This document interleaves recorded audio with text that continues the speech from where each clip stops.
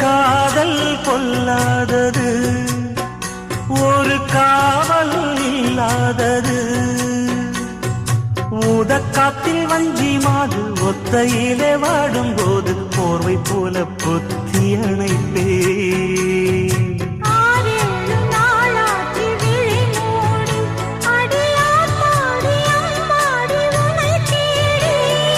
நீதானே மானே என் இளஞ்சோடி, உனை நீங்காது என்றும் என் உயிர் நாடி.